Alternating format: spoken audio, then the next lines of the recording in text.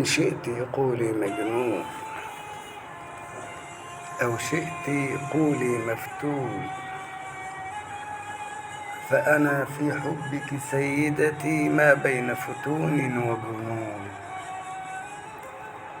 قولي ما شئت عني، فأنا لا أنكر أني أحببتك أنت سيدتي، بل حبك أقوى مني. قولي ما شئت سيدتي، لكني أحببتك أنت، وسأبقى أحبك في علني وأحبك أكثر في صمتي. قولي ما شئت سيدتي، فالحب صريح وصريح، وأنا في حبك إن شئت قد أكسر قيد التلميح. يمكنني أن أصرخ مثلا، أو أصبح إن شئت بطلا،